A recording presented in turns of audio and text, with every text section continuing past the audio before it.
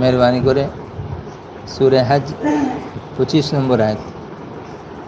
25 নম্বর 25 নম্বর আয়াত سورہ حج مہربانی کر کے کھولیے اس کو.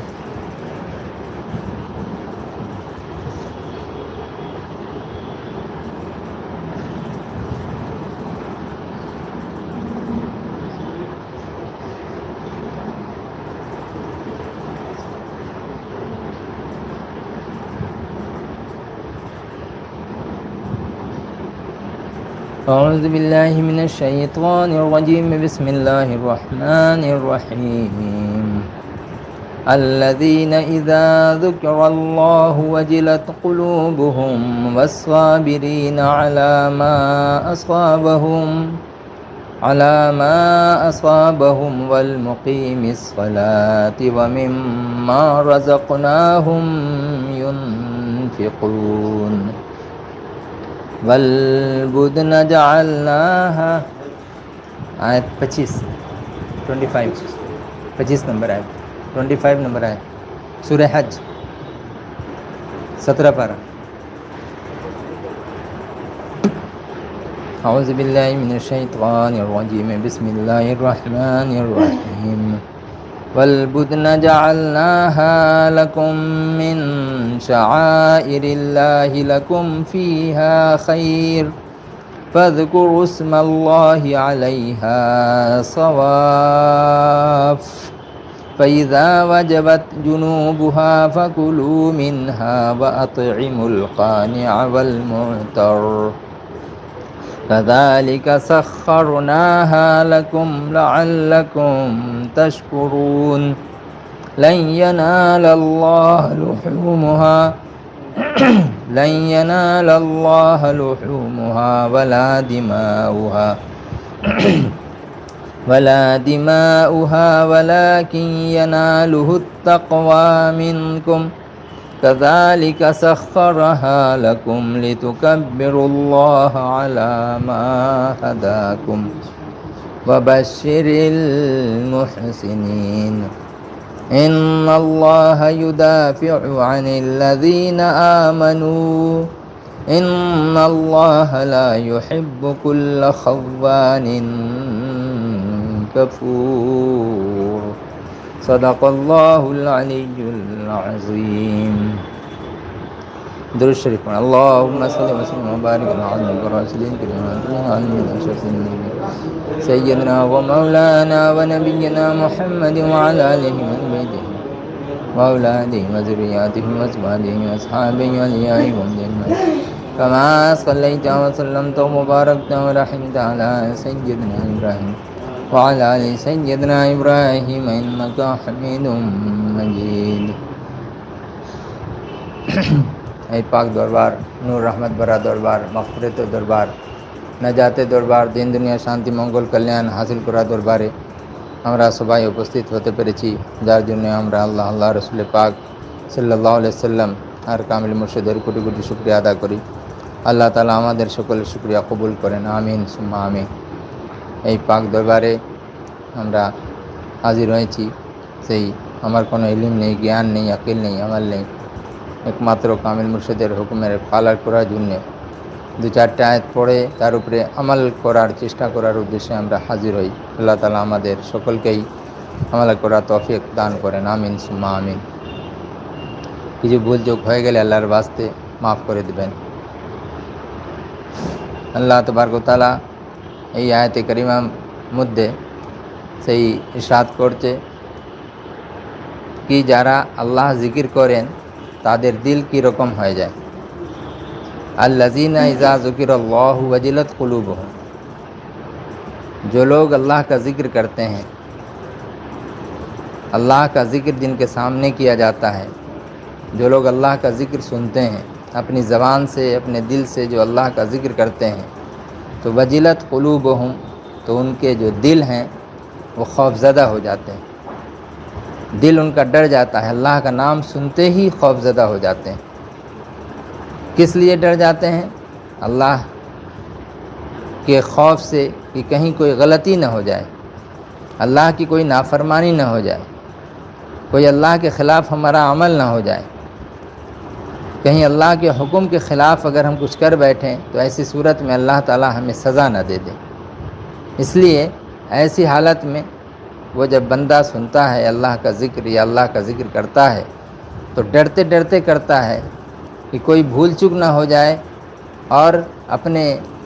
ڈرتے ہوئے دل سے اللہ کو یاد کرتا ہے کہ اللہ ہمارے اس ذکر کو تو قبول فرما لے۔ وَالصَّابِرِينَ عَلَى مَا أَصَابَهُمْ، اور جو لوگ کی صبر کرتے ہیں اس بات پر کہ جو ان کو مصیبت پہنچتی ہے، جو چیز، جو تکلیف انہیں، پریشانی، جو کچھ بھی ان کو پہنچتی ہے، جو ذاکرین ہیں اللہ کے، جو ذکر کرنے والے ہیں، جن کے دل ڈرنے والے ہیں اور صبر کرنے والے ہیں مصیبت آنے پر، والمقیم الصلاۃ، اور نماز کو قائم کرنے والے ہیں، نماز کی بھی ادائیگی کرتے ہیں، پابندی کرتے ہیں، وَمِمَّا رَزَقْنَاهُمْ يُنْفِقُونَ، اور وہ خرچ کرتے ہیں ان میں سے کہ جو اللہ نے ان کو دیا ہے۔ اللہ تعالیٰ ارشاد فرماتا ہے کہ ہم نے جو ان کو روزی دی ہے، جو ہم نے چیزیں دی ہیں، جو ہم نے ان کو انعام دیے ہیں، جو نعمتیں ہم نے عطا کی ہیں، اللہ تبارک و تعالیٰ کی راہ میں، ہماری راہ میں، وہ ساری چیزوں میں سے وہ خرچ بھی کرتے ہیں۔ اور اس کے ساتھ ہی آگے ارشاد فرماتا اللہ تعالیٰ وَالْبُدْنَ جَعَلْنَاهَا لَكُم مِّن شَعَائِرِ اللَّهِ، اور وہ قربانی کے جو جانور ہیں، بدنا جو ہے یہ دراصل یہ اونٹ، گائے، یعنی جانور، قربانی کے جانور کو کہتے ہیں، جس میں اونٹ بھی ہے، گائے بھی ہے، سبھی شامل ہیں۔ اس کے لیے یہ اللہ تعالیٰ ارشاد فرماتا ہے وَالْبُدْنَ جَعَلْنَاهَا، اور قربانی کے جو جانور ہیں، اونٹ یا پھر گائے وغیرہ، تو ہم نے بنا دیا ہے اس کو تمہارے لیے اللہ کی نشانیوں میں سے، لکم فیہا خیر، اس میں تمہارے لیے بھلائی ہے۔ تو بھلائی کس طرح سے ہے؟ جو قربانی کا جانور ہے، ظاہر ہے کہ اللہ تبارک و تعالیٰ کے رسول صلی اللہ علیہ وسلم نے فرمایا کہ جب صحابہ اکرام نے پوچھا کہ یا رسول اللہ یہ قربانی کیا ہے، تو قربانی کے بارے میں رسول پاک صلی اللہ تعالیٰ علیہ وسلم ارشاد فرمائے کہ یہ قربانی کیا ہے؟ تمہارے بابا حضرت ابراہیم علیہ السلام کی سنت ہے، اور یہ سنت ہے، اور اس کی فضیلت یہ ہے کہ قربانی کا یہ جانور اگر وہ حلال پیسے سے، اور ایک نمازی بندہ، پرہیزگار بندہ، حلال روزی کمانے والا، حلال روزی سے اگر وہ جانور کی قربانی دیتا ہے، اخلاص کے ساتھ، محبت کے ساتھ، اور اللہ کو حاضر ناظر جان کر کے اور عاجزی کے ساتھ اگر وہ قربانی دیتا ہے، اللہ جو ہم سے ہو سکا پروردگار تو قبول فرما لے، اس قربانی کو تو قبول فرما لے، تو ایسی حالت میں اللہ تبارک و تعالیٰ اس جانور کے اوپر جتنے جو پشو، جو رواں ہوتے ہیں، جتنے جو چول ہوتے ہیں اس کے، ان کے برابر ان کو نیکیاں ملتی ہیں، اور اس کے ساتھ یہ ہے کہ اللہ تعالیٰ ان کے گناہ و خطاؤں کو معاف فرما دیتا ہے، اور وہ جانور جو قربانی کا ہے قیامت کے روز اس کے لیے سواری بن جائے گا، سواری بن کے اس پر وہ سوار ہو کر کے جنت تک وہ چلا جائے گا۔ تو یہ جو قربانی ہے ایسے ہی نہیں ہے، پھر اس قربانی سے ایک مقصد یہ بھی ہے کہ غریب، محتاج، جو کھانے کے لیے جو پریشان ہیں اور جن کو کھانا نہیں ملتا، غریب لوگ ہیں، ان کے لیے بھی اس کے اندر میں اللہ تعالیٰ نے بھلائی رکھی ہے کہ وہ جانور جب وہ ذبح کرتا ہے، انسان قربانی دیتا ہے۔ قربانی کا مطلب کیا ہے؟ اپنی قربانی مانے اپنے اوپر تکلیف اٹھا کے، مصیبت اٹھا کے اپنی سیکریفائس کرنا، اپنی کسی اچھا کو مار دینا، اپنے خواہش کو قربان کر دینا۔ ہمارا دل ہے کہ ہم یہ کریں لیکن ہم اس کو نہیں کرنا چاہتے، پھر بھی ہم اس کو کر رہے ہیں کہ اللہ کا حکم ہے۔ حضرت ابراہیم علیہ السلام کو اللہ تعالیٰ نے خواب دکھایا، اور خواب دکھایا کہ آپ قربانی دیجئے اور اپنی پیاری چیز کی قربانی دیجئے۔ تو قربانی میں انہوں نے کیا کیا؟ 100 اونٹ کی قربانی دے دی۔ دوسرے دن پھر اللہ تعالیٰ خواب دکھاتا ہے کہ نہیں، آپ قربانی دیجئے۔ پھر جب قربانی کی بات آئی، پھر 100 اونٹ کو آپ نے قربان کر دیا۔ اب اس طرح سے پھر تیسرے روز خواب ہوتا ہے کہ آپ اپنی سب سے پیاری چیز کی قربانی دیجئے۔ لَن تَنَالُوا الْبِرَّ حَتَّى تُنْفِقُوا مِمَّا تُحِبُّونَ، تم ہرگز نیکی نہیں پاؤ گے جب تک کہ تم خرچ نہ کرو جو بہت ہی پیاری چیز ہے۔ لن تنالوا البر، تم نیکی نہیں پا سکو گے حتیٰ تنفقوا، یہاں تک کہ تم خرچ کرو، مما تحبون، اس چیز سے جو تم کو پیاری ہے، جسے تم بہت پسند کرتے ہو۔ روپیہ پیسہ کتنا پیارا ہوتا ہے، لیکن اس کے باوجود اللہ تعالیٰ نے زکوٰۃ اس کے اوپر میں فرض کر دی جو مستحق ہیں، جن کی جو صاحب نصاب ہیں۔ تو اپنی پیاری چیز روپیہ پیسہ دھن دولت، اس میں سے زکوٰۃ، اناج غلہ ہے اس میں سے بھی زکوٰۃ، ہر چیز کی زکوٰۃ اللہ تعالیٰ نے۔ اسی طرح سے بدن کی زکوٰۃ روزہ، مال کی زکوٰۃ یہ دولت، اور اس طرح سے اناج اور غلے کی زکوٰۃ اس میں عشر، یہ سب چیزیں جو ہے اللہ تعالیٰ نے الگ الگ مقرر کیا۔ اسی طرح سے قربانی جو ہے یہ اپنے جو خود سے جو پال کر کے کسی جانور کو اگر رکھا ہے تو اس سے انسان کو ایک لگاؤ ہوتا ہے، ایک محبت ہو جاتی ہے، اور اس کے بعد اس جانور کو ذبح کرنے میں بہت درد ہوتا ہے، بہت تکلیف ہوتی ہے۔ تو یہ آ گیا یہاں پہ کہ جو پیاری چیز ہماری ہے اس کو قربان کرنا۔ حضرت ابراہیم علیہ السلام کو جب تیسری مرتبہ خواب جب ہوتا ہے تو ابراہیم علیہ السلام جو ہے سمجھ جاتے ہیں کہ میری سب سے پیاری چیز میرے بڑھاپے کا سہارا میری اولاد ہے، جو ابھی 9-10 سال کا ہے، اور اس کو جو ہے اللہ تعالیٰ وہ قربانی کا حکم دے رہا ہے، اور وہی پیاری چیز مجھ سے مانگ رہا ہے۔ اس لیے کہ سب سے زیادہ جو اس وقت محبت کرتے تھے حضرت ابراہیم علیہ السلام، اللہ کے بعد وہ اپنی اولاد سے محبت کرتے تھے، اولاد حضرت اسماعیل علیہ السلام سے محبت کرتے تھے۔